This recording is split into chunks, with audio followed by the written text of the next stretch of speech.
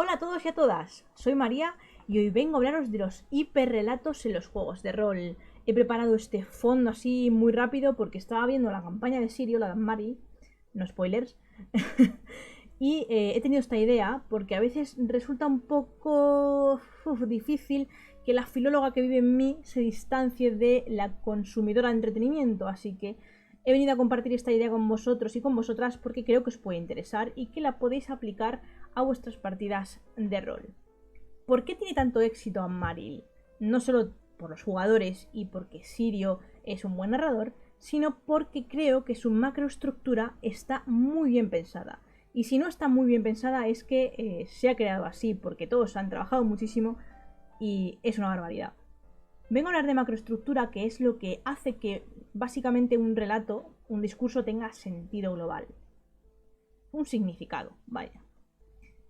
¿Qué he dibujado ahí? Esa línea blanca que veis que he llamado relato es el discurso tradicional. El discurso tradicional, lineal, con una cronología de secuencias causa-efecto, que conocemos pues, de haber leído en muchos libros, de haber consumido en muchas películas. Los núcleos y las catálisis forman parte de ese relato lineal. Según Golan Bacht, que no sé si habré pronunciado bien, es un crítico literario, el núcleo lo conforman los eventos que son decisivos en la consecución de una trama de un discurso determinado. Sin embargo, las catálisis son eventos periféricos, no tienen mucho peso en la trama y son prescindibles, pero complementan bastante bien al núcleo y bueno, pues hacen que el discurso sea un poco más intrincado. ¿Qué ocurre con las nuevas narrativas? A partir de las vanguardias, y yo diría que desde el romanticismo, muchos discursos empezaron a romper con los moldes establecidos y uno de esos moldes establecidos es la forma de cómo contar las cosas. ¿Por qué tengo yo que contar un relato como me enseñaron en el colegio? Con su inicio, su nudo y su desenlace, todo seguido. Claro que no. En el cine estamos, por cierto, muy acostumbrados a ver flashbacks, flash forwards, saltos en el tiempo y otros muchos elementos que se mezclan por ahí y que tienen que ver también con la evolución que nosotros como consumidores hemos hecho del acto de leer, de ver, de escuchar, etc. Vosotros pensad en cuando estáis viendo un artículo de la Wikipedia. Don Quijote de la Mancha, por ejemplo. Yo estoy leyendo Don Quijote de la Mancha y de repente me encuentro con un link azul, un hipervínculo que me lleva a un artículo de Miguel de Cervantes que se me abre en otras pestañas del navegador. Resulta que a lo mejor no he terminado siquiera de leer el artículo sobre Don Quijote cuando ya estoy leyendo el de Miguel de Cervantes y a lo mejor el de Miguel de Cervantes me está llevando a leer otro sobre, no sé, el Lazarillo de Tormes. Esta forma de leer mediante hipervínculos e hipertextos es lo que se conoce como la nueva lectura de las nuevas tecnologías. A causa de esto tenemos también los hiperrelatos. Y traduzco. Cuando tenemos más de un texto que se refiere a un mismo relato, estamos hablando de hipertextos. Los hipertextos se relacionan con otro concepto que se llama intertexto.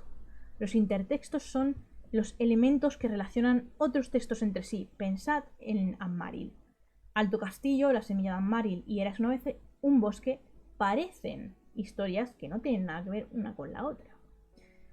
Sin embargo, tenemos ciertos puntos intertextuales entre ellas. Sin ir más lejos, el nombre de Amaril y también los símbolos naturales que Sirio utiliza muchísimo, como los árboles, por ejemplo. Es que no quiero destriparos mucho por si la queréis ver. Bueno, ¿qué ocurre con esta popularización de este modo no secuencial de narrativa o de discurso? Nace un espacio que es polifónico. Esto no es nada nuevo en el rol. La construcción del texto entonces se hace mediante múltiples relatos. De esto me refiero a la aventura, al discurso, ¿vale? Y en él hay distintas voces. Estas suelen ir vinculadas en los juegos de rol a cada uno de los jugadores y al narrador, porque estamos hablando de una escritura colaborativa. Claro, si nos fijamos en Amaril, esa escritura colaborativa no solamente se basa en que hay 5 jugadores de inicio. Esos 5 jugadores, vamos a hablar mejor de 4 jugadores, le vamos a excluir al narrador de esto por ahora. Esos 4 jugadores son en realidad 12 voces, porque pensad que son personajes distintos en cada una de las partes. Bien, esto que nos ofrece una polifonía brutal que se traduce en el multiperspectivismo en el discurso. Ninguno sabemos realmente cuál es la trama que subyace a todo lo acontecido en las tres partes de Anne-Marie. Ese relato, esa línea blanca, no es visible, al menos por ahora. No es tangible. Entonces estamos hablando de que las tres partes de Anne-Marie no conforman núcleos de un relato en sí mismas, conforman catálisis. Son catálisis nucleares. Porque aún no sabemos si Eras una vez un bosque es realmente la trama principal y las otras dos han sido complementarias. Porque tienen el mismo peso, incluso que si fuera Eras una vez un bosque el núcleo. Empecéis a entender cuál es el lío de todo esto, ¿verdad? Otro de los rasgos que se deriva de esto y que ya encontrábamos en obras, por ejemplo, como Rayuela de Julio Cortázar o como Los Detectives Salvajes de Bolaño o en cómics como los de David Lynch, esto ya empieza a parecer más una narrativa intrincadísima, compleja, que busca más bien captar la atención también en los puntos estéticos. Y los puntos que en un principio dirías, bueno, a mí solamente me interesa la trama y poco más. Como una película de domingo, ¿verdad? Bueno, pues creo que en este caso no estamos ante eso. Estamos ante algo que también estéticamente quiere contar, quiere expresar, que tiene una simbología de fondo bastante trabajada. Sin ir más lejos, en uno de sus directos, el equipo de Anne-Marie dijo que para empezar a jugar su última parte, Eras una vez un bosque, habían hecho como 14 sesiones previas al directo. O sea que estamos hablando de que efectivamente es una narrativa que tiene mucho trabajo de fondo. Y si hablamos ya del narrador, tendríamos tres voces de narración distintas si consideramos al narrador como única voz, cuando encarna a todos los personajes no jugables. Eso es discutible. Pero es que estamos hablando de que tenemos 15 voces en total, en todo lo que llamamos de Anne-Marie. Es una barbaridad. Y las múltiples partes, o sea, perspectivas como espejos que tenemos delante cuando están jugando Eras una vez un bosque, hacen que además el discurso tenga otro rasgo que también encontramos en el hipertexto, que es la ausencia de clausura. Me explico. Normalmente los textos tradicionales, los discursos tradicionales, tienen un final. Un final en el que tú dices, bueno, que a gusto me he quedado, es como el chimpún de la música, ¿no? Sin embargo, en los hipertextos y en los hiperrelatos hay una ruptura secuencial, por lo tanto desaparece esa manera tradicional en la que concluyen las narraciones. ¿Qué pasó después de los sucesos de Alto Castillo al final? Se ligaron con la semilla de Anne-Marie, sí. Pero es que los personajes de la semilla de Anne-Marie estaban mirando los sucesos de Alto Castillo y no sabemos qué fue de los personajes que estaban en ese cepelín de Alto Castillo.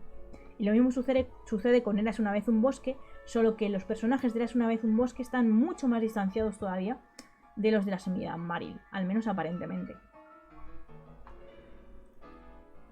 El papel, además de los que somos audiencia, es muy relevante. Además, hacer un directo no creo que sea una cosa baladí en ese aspecto, porque estamos contribuyendo a esa escritura colaborativa, no solo con nuestros comentarios en directo, sino también con los fanarts que vemos, etc. Estamos construyendo con ellos un mundo complejo, un discurso complejo que es nuestro, es de todos, principalmente de ellos, pero es de todos. ¿Entendéis ahora la magnitud y el éxito que obviamente tiene Anne-Marie? Creo que, bueno, queda clarísimo con lo que acabo de decir. Entonces, si tenemos la mezcla de que Alto Castillo, la semilla de Anne-Marie, Eras una vez un bosque, son textos, es decir, discursos en sí mismos, relatos catalíticos, diríamos así, que conforman en sí mismos núcleos de trama. Por lo tanto, si esos tres textos los unimos en uno, tenemos una hiperficción o hiperrelato, que sería realmente la trama principal. El hiperrelato es lo que queremos saber todos qué pasa. Oye, Sirio, ¿por qué has hecho estas tres cosas? ¿A dónde me quieres llevar? Ahí lo dejamos. Yo necesito seguir viendo qué pasa. ¿Cómo aplicamos el hiperrelato entonces a nuestras partidas o campañas de rol? Yo creo, y desde mi punto de vista, esto es muy personal. Si yo quisiera hacer un hiperrelato en mis partidas de rol, probaría primero con una campaña porque me permite tener una extensión en el tiempo mucho más duradera. para jugar y para experimentar con mis jugadores. Trabajaría muchísimo con ellos y trabajaría muchísimo, sobre todo, a solas, para entramar todos los eventos de forma que parezcan periféricos, pero en realidad no lo son. Y que forman parte de una trama principal que en un principio, tanto para la audiencia como para los jugadores, quizá menos para los jugadores, es invisible, es subterránea. Se puede jugar muy bien con tramas subterráneas, pueden ser de política, pueden ser de amor, incluso del tema que queráis, sobre la muerte, sobre que tengan una simbología fortísima. Si además de eso al hiperrelato queréis darle un toque surrealista, por ejemplo jugando algo de terror, ese hiperrelato invisible se transformará en un hiperrelato escalofriante, en un hiperrelato que genera cierta ansiedad y que va a hacer que tenga tensión toda la historia, incluso aunque los jugadores estén jugando algo catalítico, algo que no tiene importancia para esa trama principal. Algo así pasa también en fantasía. En fantasía hay tramas que subyacen a las otras tramas que parecen las principales pero que no lo son. Y esto funciona muy bien para jugar con sentimientos y con sistemas como los de la Puerta de Istar. Así que os animo a que intentéis probar a hacer hiperrelatos. Yo intentaré probarlo también. Es una técnica que he probado en prosa, he probado en escrito, pero no jugando, porque el componente humano de los juegos de rol puede darle a esto una dimensión grandísima, una interactividad que no pueden tener a veces los textos escritos, y que por eso considero que el rol es tan potente como herramienta creadora, dado que junta lo paratextual con lo puramente discursivo. Con lo cual, os invito a todos a que hagáis estos experimentos, a que miréis con ojo fino lo que hace Sirio, porque de verdad es como una tela de araña que se entreteje incluso a sí misma y en la que los jugadores se meten de lleno y lo dan todo para contribuir también a esa maraña. Es estupendo. No he venido a criticar nada, así como advertencia final, he venido a dar una idea que me ha surgido mientras veía la partida. Y os quiero dar las gracias a todos por haber visto este vídeo y por haber llegado hasta el final. Si os ha gustado, dadle like, aunque haya sido improvisado, y compartidlo por donde queráis y con quien queráis. Porque el rol, bueno, al fin y al cabo, es de todos. Muchísimas gracias y pronto traeremos más vídeos. Sé que el canal ha estado un poco parado últimamente, pero hemos estado ocupados con otros proyectos que vendrán pronto y que seguramente os gusten. Un beso y nos vemos en el siguiente vídeo.